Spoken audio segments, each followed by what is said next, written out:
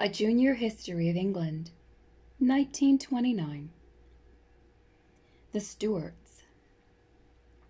James I, 1603 to 1625.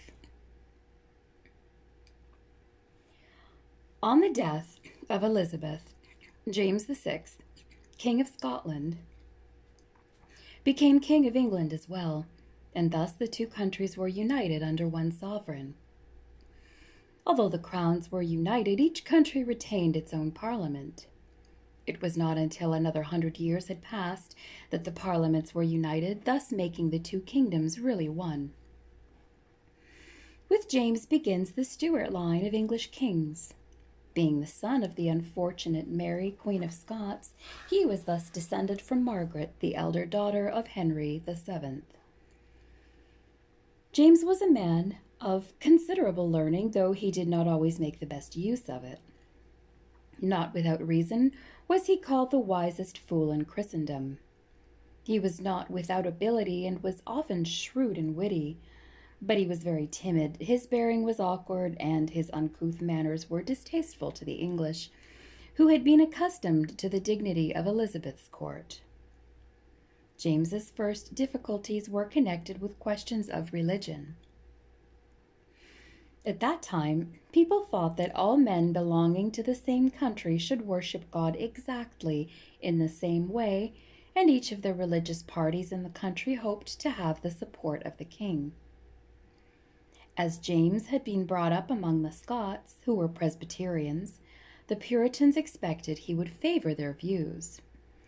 But James had had many difficulties with the Presbyterian ministers in Scotland, who had often compelled him to act against his wishes. Hence he had no love for the Scottish Presbyterians or for their friends, the English Puritans. He did indeed invite some of the leading ministers of the two parties in the English church to a meeting at Hampton Court in 1604 to talk over the affairs of the church, but he very soon made it clear that he was strongly opposed to the wishes of the Puritans. He was convinced that a church governed by bishops would be more likely to be obedient to the sovereign. No bishop, no king was one of his favorite maxims.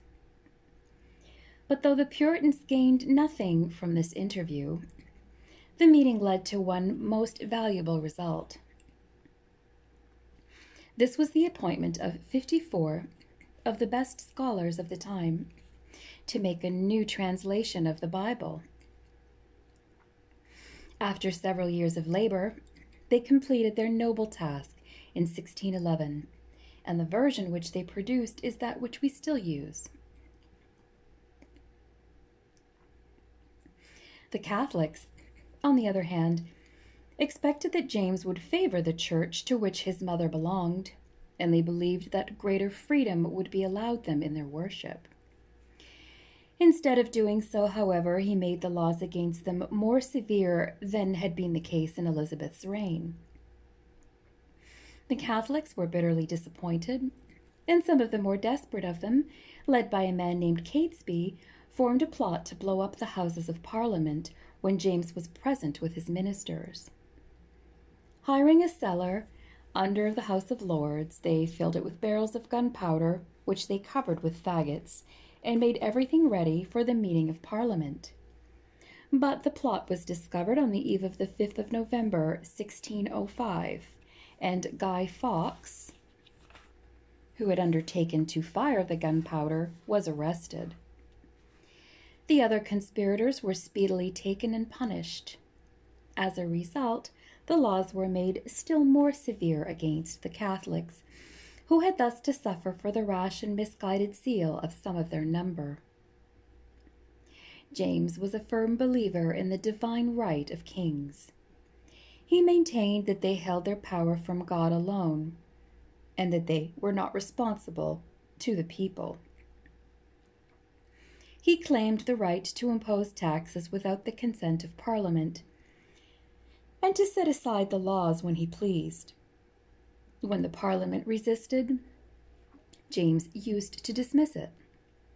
The result was that there was constant strife between the king and his parliaments.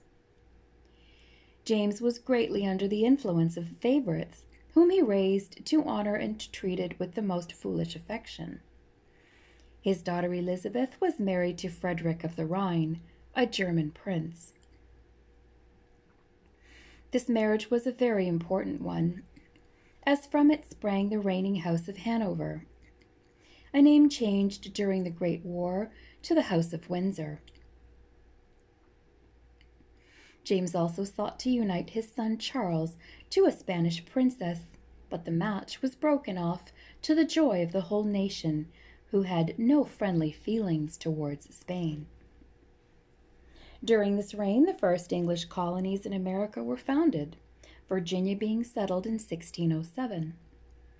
The Pilgrim Fathers, who left their English homes in search of religious freedom, landed in America in 1620 and formed the first of the New England colonies. Charles I, 1625 to 1649. Charles and the Parliament. Charles I was the second son of James I. He was married to Henrietta of France, and many of his unwise actions were owing to her advice. He was of a handsome appearance, and his grave and dignified manners were in striking contrast to those of his father. Charles had no sooner mounted the throne, however, than he too began to have disputes with his parliaments. They accused him of raising money without their consent, an act which was contrary to the laws of the country. At length, in 1628, they compelled him to sign the famous Petition of Right, by which he bound himself to rule justly.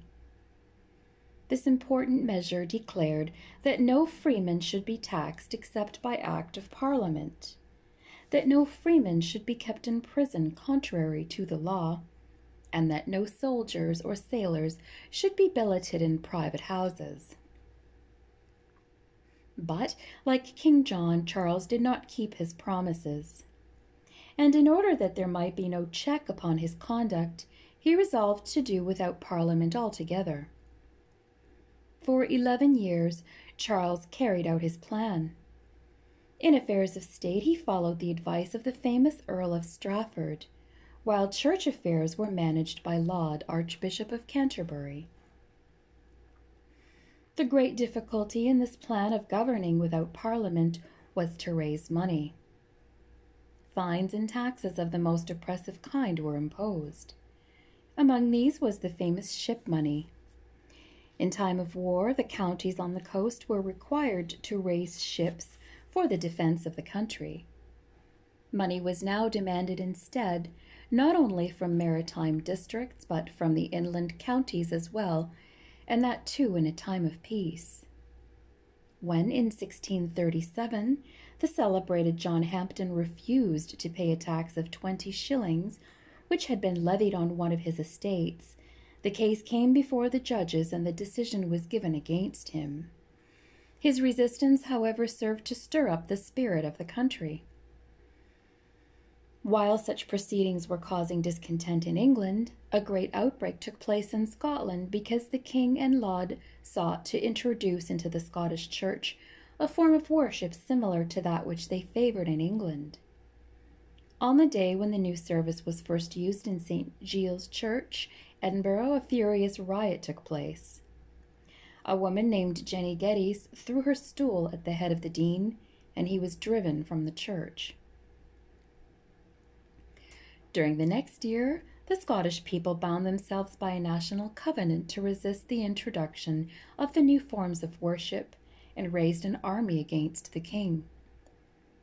Charles, not being strong enough to put down the Scots, made a truce with them. Civil War. In 1640, want of money compelled Charles to call a parliament, but he soon dismissed it. During the same year, however, the Long Parliament met and at once set to work to reform abuses. Strafford was sent to prison and was afterwards executed. Laud experienced the same fate 4 years later. The ill feeling between the king and the Parliament gradually grew stronger and was increased by Charles's futile attempt to arrest 5 of the leading members of the House of Commons. At length the quarrel became so bitter that civil war was the result. Charles raised his standard at Nottingham in August of 1642. He was joined by most of the nobles and gentry with their followers, while the Parliament was supported by the farmers and the people of the towns. The Royalist party received the name of Cavaliers, as most of them were horsemen. They wore their hair in long ringlets and dressed gaily, but the followers of the Parliament were plainly attired and wore their hair cropped short. From this latter custom they obtained the name of Roundheads. At the outset of the war, the king's forces generally had the advantage, as they were better trained to the use of arms. But it was not long before the Roundheads became the stronger, as they were better supplied with money and stores. An able leader also sprang up among them. This was the celebrated Oliver Cromwell, who became the greatest general of the time. He gathered round him a body of stern, determined men like himself, and thoroughly trained for war. These men were strict Puritans and despised the gay manners of the Cavaliers. The first battle fought at Edge Hill in 1642 was indecisive, but at the beginning of the war the fighting was generally in Charles's favor. In the year 1643, however, an arrangement known as the Solemn League and Covenant was come to between the Parliament and the Scots, and in the campaign of 1644 the latter took an active part in the struggle against the king. At the Battle of Marston Moor, Cromwell and his Ironsides, as his troops were termed, first distinguished themselves. It was entirely owing to their unyielding courage on this occasion that the Royalists were defeated. In every battle after this they took a leading part and were always victorious. The fatal defeat of Naseby in 1645 completely ruined the king's cause in England. He was unable to raise another army and gave himself up to the Scots, who were besieging Newark. In Scotland, the Marquis of Montrose won several victories for Charles during the absence of the Covenanting army, but 2 months after the Battle of Naseby he was utterly defeated at Philiphaugh by David Leslie, and the cause of Charles in Scotland was entirely lost. Serious attempts were now made by both the English Parliament and by the Scots to come to terms with Charles, but without success. And after a time the latter handed the king over to Parliament and departed to their own country. In 1648 the Second Civil War broke out. Risings took place in several parts of England, but were promptly suppressed, and a Scottish army, favourable to Charles, marched to Preston, but was completely defeated by Cromwell. Cromwell and the army had now all power, and they decided to bring the king to trial. But Parliament would not agree to this. Cromwell, however, drove the Presbyterian majority out of the House of Commons and left only his own supporters, who at once had the king put upon his trial for having trodden under foot the liberties of his subjects and brought bloodshed upon the country. Charles was found guilty of the charges laid against him and condemned to die. 2 days later, on the 30th of January, 1649, the unhappy monarch, who prepared for his fate with courage and kingly dignity, was beheaded opposite the windows of his own palace of Whitehall.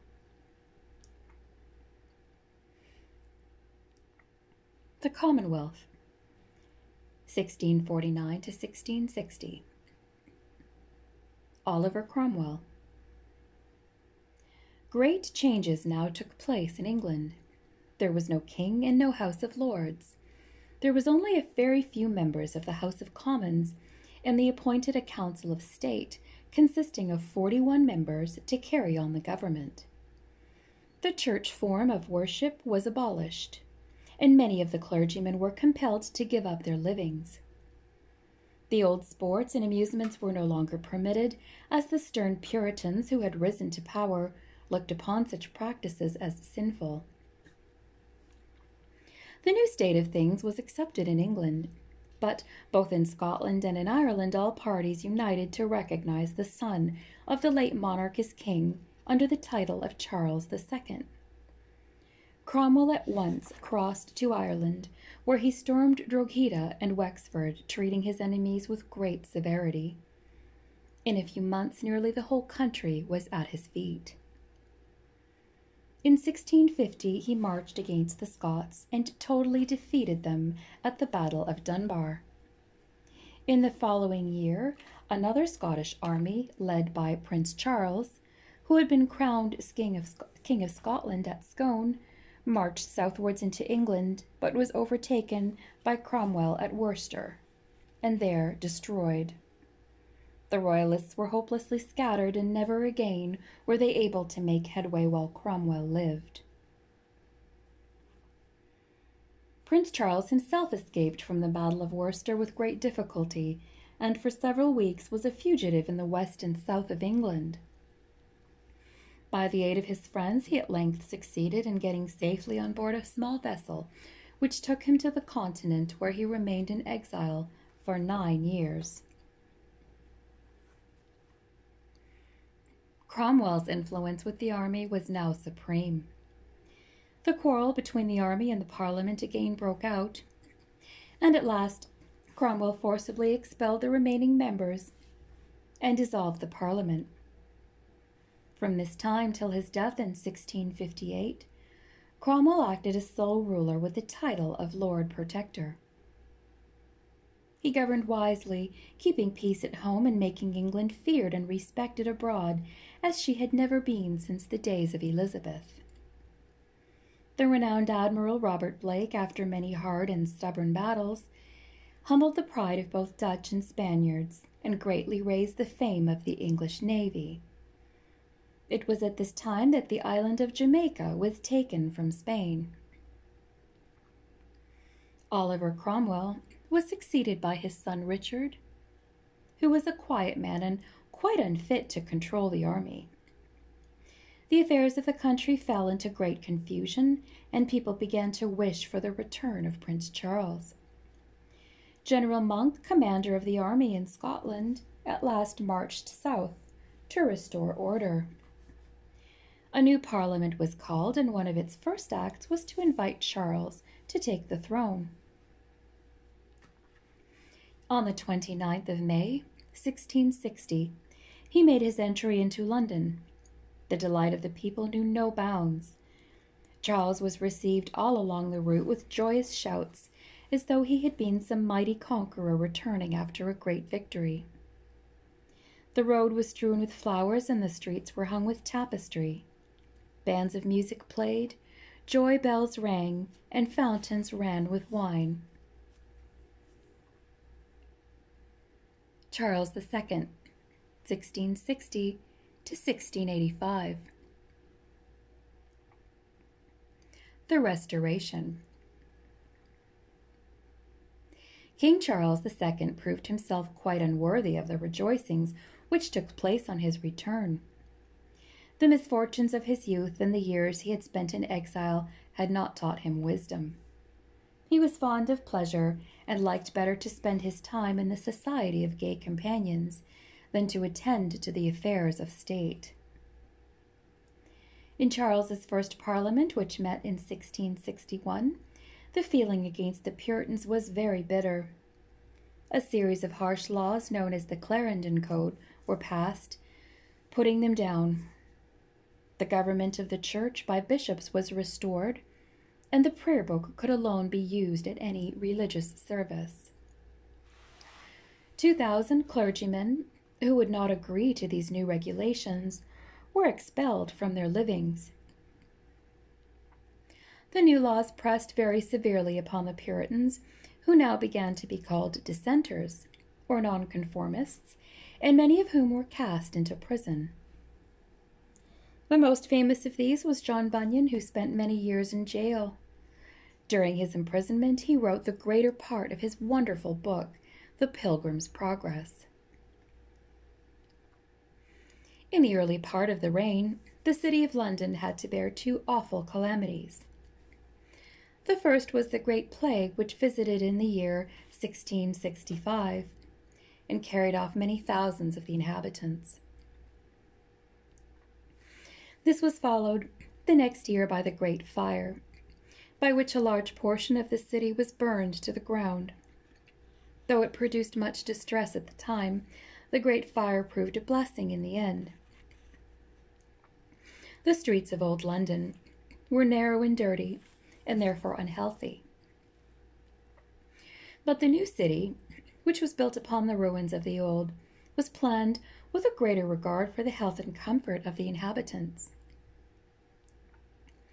Being a gay and pleasure-loving king, Charles did not care much for the honor of his country.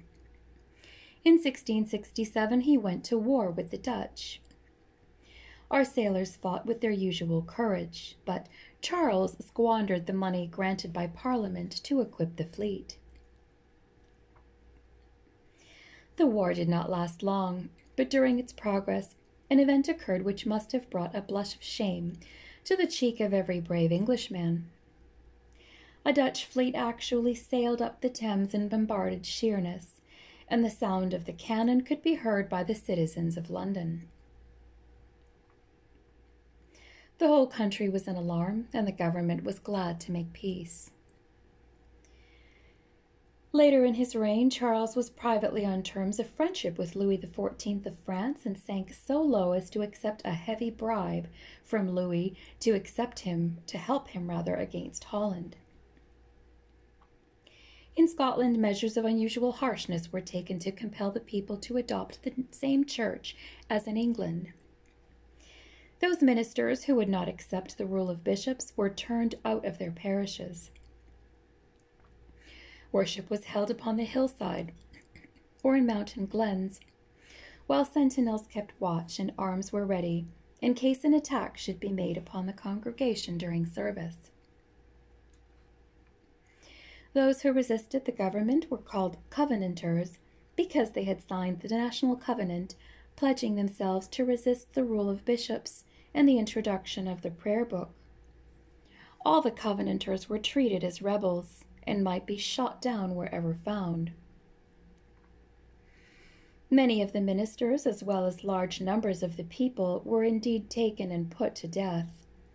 More than once the sufferings of the Covenanters drove them into rebellion, but the revolts were crushed without mercy, and the Covenanters found little relief from the persecution during the reigns of Charles and his successor.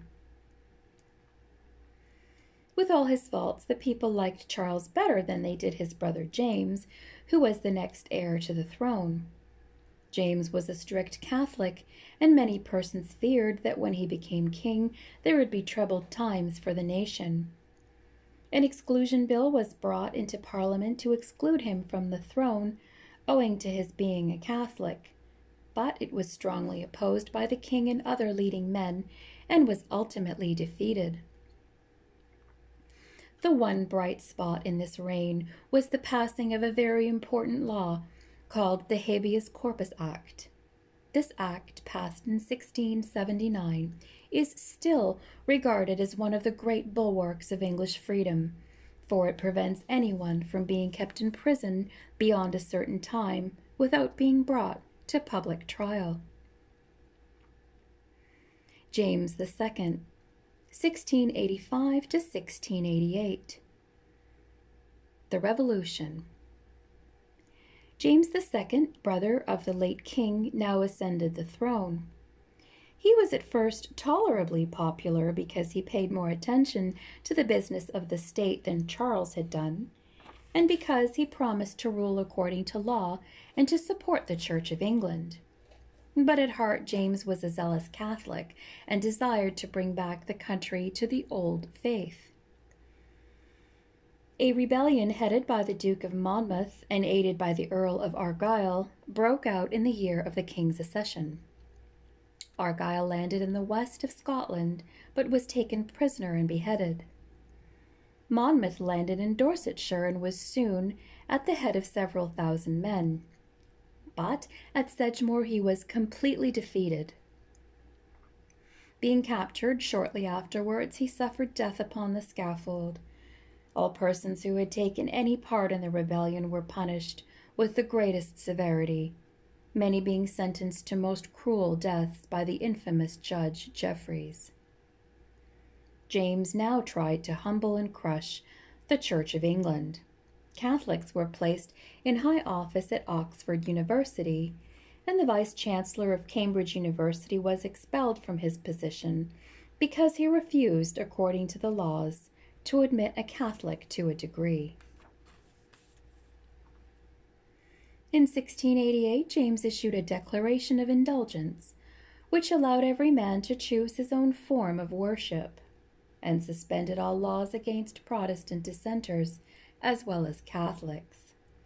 He ordered the declaration to be publicly read in every church on 2 successive Sundays. 7 bishops, including the Archbishop of Canterbury, presented a written petition to the king against this order, and the clergy almost without exception refused to read the declaration. James was very angry and sent the 7 bishops to the Tower. After a short confinement, they were brought to trial. People awaited the result in eager suspense, and when a verdict of "not guilty" was returned, the whole city went wild with joy. The people lighted up their dwellings with 7 candles in honor of the bishops who had made so noble a stand for the liberties of the nation and for the Protestant faith. James was twice married. By his first wife, he had 2 daughters, Mary and Anne, both of whom had been brought up as Protestants. Mary the elder was married to William, Prince of Orange, the champion of the Protestant cause on the continent. As James had no son to succeed him, the nation had borne patiently with his conduct, expecting that his daughter Mary would become queen when he died. Great was the excitement, therefore, when it was given out that the king's second wife, a Catholic princess, had given birth to a son. Many people said it was only a pretense, and that James had adopted a strange child for his heir. It was on this account that his son was afterwards styled the Pretender. The Protestants were now determined that James must be deposed. The leading men of all parties joined in asking William of Orange to come to England to protect the liberties of the nation. He accepted the invitation and landed at Torbay, 5th November 1688, with an army of 15,000 men. Before long he was joined by people of all ranks and commenced his march upon London. James now found himself deserted by all. His army refused to fight for him, and his generals joined William. Even his daughter, Anne, and her husband went over to William's side. Forsaken by everybody, James made a hasty flight with his wife and child, and found refuge at the court of Louis XIV of France. Meanwhile, William entered London in triumph, without ever striking a blow, and took up his residence in his father-in-law's deserted palace of Whitehall. William II, 1689 to 1702, and Mary II, 1689 to 1694. The Revolution completed. As soon as things could be arranged, the leading men of the country offered the vacant throne to William and Mary. They accepted the offer, binding themselves at the same time by the famous Declaration of Rights to rule justly and not be guilty of the unlawful acts of the Stuart kings. In due course, the Declaration of Rights was passed by a regular Parliament as a Bill of Rights, and became a fundamental part of the law of England. Among other things, the Bill of Rights declared that the king could not interfere with the laws, that taxation without the consent of Parliament was illegal, and that no Catholic could wear the crown. In this way, the long struggle between king and Parliament came to an end. William's queen, Mary, reigned along with him till her early death in 1694. but she was queen only in name. In England, the new government was established without bloodshed. It was otherwise in Scotland and Ireland. After a period of hesitation, the Scottish Parliament drew up a document called the Claim of Right and offered the crown to William and Mary on the conditions there laid down. But the party which supported the old king continued to be both numerous and powerful. The notorious persecutor of the Covenanters, Graham of Claverhouse, now Viscount Dundee, raised a Highland army on the side of James and completely routed William's forces under the General Mackay at the pass of Killiecrankie in Perthshire, 1689. At the moment of victory, however, Dundee fell in the battle, and the Highlanders, helpless and disunited without their leader, quickly returned to their homes. All active resistance to William's cause in Scotland was now at an end. James's chief hope was in the Irish, who were mostly Catholics like himself. He landed in Ireland with a number of French troops, but the Protestants of Ulster made a brave defense. The people of Londonderry held out against James in spite of the havoc wrought among them by famine. Relief reached them at last, for some English ships laden with provisions broke the boom which had been stretched across the river, and the besiegers were compelled to retreat. William himself at length went over to Ireland with an army, and in the Battle of the Boyne, fought in 1690, gained a complete victory. James now fled from Ireland, but his forces were again beaten at Aughrim, and being afterwards besieged in Limerick, were forced to surrender. As some of the Highland clans had not yet submitted to William, an order was issued that all who took the oath by the 1st of January, 1692, would be received as loyal subjects. This had a good effect, but unfortunately the old chief, MacDonald of Glencoe, did not take the oath until after the last day allowed for submission. The Home Secretary of Scotland at that time was Sir John Dalrymple, Master of Stair, a man who hated the Highlanders because of their lawless ways. He at once issued orders, signed by William, for the massacre of the MacDonalds of Glencoe. It was still the depth of winter when a company of 120 soldiers appeared in the glen. They professed to come as friends and were kindly received by the MacDonalds, with whom they lived comfortably for a fortnight. Suddenly, in the early morning of the 13th of February, the soldiers turned upon their hosts. 38 were slain, and the others fled to the snow-clad mountains to die of hunger and cold. This massacre of Glencoe is a dark shadow on the reign of William. William had long been the champion of the Protestants of Europe against Louis XIV of France, and now that he was peacefully settled upon the British throne, he once more went to war with his old foe. The conflict lasted for several years. On the sea, he gained the great victory of Cape La Hogue in 1692. On land, William obtained no great victories, but he succeeded in holding the French in check. The war was brought to an end in 1697 by the Treaty of Ryswick, Louis promising, among other things, that he would give no further assistance to James. In the year 1698, the Scots formed a company for planting a colony on the Isthmus of Darien in Central America. Several hundreds of adventurers, flushed with high hopes, left Scotland for their new home. King William threw cold water on the surprise. The climate was unhealthy, and the Spaniards, to whom the land belonged, were hostile. The scheme proved a failure. All the blame was laid upon England and King William, and bitter feeling arose between the two countries. As William and Mary had no children, the Act of Settlement was passed in 1701. By this measure it was arranged that on the death of William, the crown should pass to Anne, the younger daughter of James II. As all of Anne's children were dead, it was also arranged that she should be succeeded by the nearest Protestant heir, Sophia, Electress of Hanover, the granddaughter of James I. Although a brave and wise ruler, William III was cold and reserved in manner, and hence he was never beloved by his English subjects. His death was caused by a fall from his horse in 1702.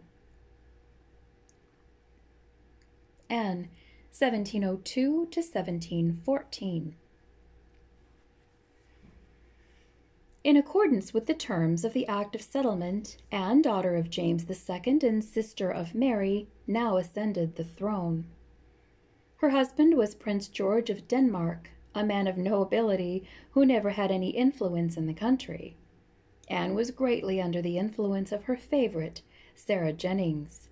The two friends had grown up together from girlhood, and so strong was the attachment which existed between them, at least on the Queen's side, that they were more like two sisters than sovereign and subject. Sarah was married to John Churchill, afterwards known as the Duke of Marlborough. When William III died, a great war was on the point of breaking out on the continent. It was called the War of the Spanish Succession and was waged to decide whether a prince of the House of France or one of the House of Austria should become King of Spain. England, with Holland, took the side of Austria. This, the greatest war in which England had yet engaged, began in the year 1702. General Churchill, then Earl of Marlborough, was sent out to command the Allied army, which contained not only English and Dutch, but Prussians and Hanoverians. In Marlborough, the French found more than their match. He captured their strongest fortresses, defeated their most renowned generals, drove them out of the Low Countries, and humbled their military pride to the dust. His most famous victory was that of Blenheim in 1704, in which the French army was almost totally destroyed. As a result of this battle, the French were driven out of Germany. In 1706, Marlborough gained another decisive victory at Ramillies, by which he cleared the French out of Flanders. In 1708, they were again overthrown at Oudenarde and driven back on their own frontiers. France being completely exhausted by this time, Louis sued for peace. But the Allies refused it, and another great battle was fought at Malplaquet in 1709, in which the French were beaten but inflicted on their opponents a loss twice as great as their own. On Marlborough's return to England after this triumph, the nation scarcely knew how to honor him sufficiently. He was created a duke, an estate was given to him, and a fine mansion named Blenheim Palace, after his great victory, was built for him at the expense of the nation. Notwithstanding these successes, the war brought little advantage to this country, and most people were glad when it was brought to a close in 1713 by the Treaty of Utrecht. While Marlborough was gaining his great victories on land, the British fleet was winning fame in the Mediterranean. In the year 1704, Sir George Rooke was cruising off the coast of Spain, longing for a chance of distinguishing himself. Not far away was the strong fortress of Gibraltar. It was resolved to make a dash for it. The Spaniards, trusting to the steepness of the cliffs, showed great carelessness in their defense of the place. It was not until they perceived the British jack-tars scaling the heights that they became aware of their danger, but they were then too late. In a few days, the British flag waved triumphantly from the summit of the rock, and it has continued to do so ever since, in spite of determined attempts to haul it down. Famous as were the deeds performed by our commanders abroad, a still greater triumph was gained by our statesmen at home. This was the union of the Parliaments of England and Scotland in the year 1707. Ever since the failure of the Darien scheme, fierce disputes as to their commercial rights had been carried on between the two countries, and the quarrel waxed so bitter that the Scots resolved to have a different sovereign from that of England at the death of Queen Anne, unless they could fully share in the commercial advantages possessed by England. In these circumstances, a wise statesman saw that the only way to avoid war was to bring about a complete union of the two countries, and this was now accomplished on fair and equal terms. The Scots retained their own laws and their own church, and they were placed entirely on the same footing as the English in all matters relating to trade and commerce. They paid equal taxes, they sent representatives to Parliament, and they agreed that the House of Hanover should succeed to the throne. The union proved a happy event, but the greater part of the Scottish nation was bitterly opposed to it for a long time. As time went on, however, this great measure put an end to the ill feeling which had so long existed between the two countries, and the English and the Scots became a united and prosperous British people. England under the Stewarts. In England, 200 years ago, it was very different from the England of the present day. In several parts of the country where we now see pleasant fields and thriving towns and villages, there was nothing but extensive commons or marshes. The roads were few and in a very wretched condition, and traveling was therefore extremely difficult. Only the wealthy could afford the coach and 6 horses which were necessary to make a journey of any distance. People were obliged to stay at home, and thus they saw little of what was going on in the world around them. The total population of the country in the time of Charles II was only between 5 and 6 millions. London contained about 500,000 and was, of course, by far the largest town in the kingdom, for there was no other place in England which contained more than 30,000 people, and only 4 or 5 had a population of more than 10,000. Although the capital was much superior in all respects to any other town, it presented a very poor appearance compared with the London of the present day. The streets were narrow and dirty, and for the most part unpaved. At night they were in almost total darkness, and it was only towards the close of Charles II's reign that they began to be dimly lighted with lanterns placed at wide distances apart. Thieves and blackguards took advantage of this state of things to rob and insult the passers-by, and it was unsafe, therefore, for respectable people to stir out after nightfall. The second city of the kingdom was Bristol, the chief port for the trade with America. Norwich was and had been for long the great seat of the woolen manufacture. The large towns which now stud the coal fields of the north of England were at that time only so many large villages, although even then they carried on in a small way the manufactures for which they are now so greatly distinguished. At the Restoration, Liverpool, now one of the principal seaports in the world, had only 4,000 inhabitants. Manchester, the great cotton town, had only 6,000. It had no printing press or even a single hackney coach. In the sister county of York, Leeds could boast of a population of only 7,000, and Sheffield was not much more than half that size. Of the watering places, Bath, Tunbridge, and Buxton were the most resorted to. Sea bathing was not thought of. In fact, as we have seen, a journey to the seaside in those days was an almost impossible feat. At that time, the people of the country were for the most part engaged in agriculture. There was no education at all among the lower classes, and even the well-to-do had few advantages in this respect. Country gentlemen spent much of their time in field sports, and after dinner sat long over their wine. In those days they had no daily newspaper to beguile the weary hours. Once a week, indeed, what was called a newsletter arrived from London, and after being read by one family was passed on to another. The post office made its humble beginnings in the reign of Charles I. The post bags were carried on horseback at the rate of about 5 miles an hour, and in many country places letters were delivered only once a week.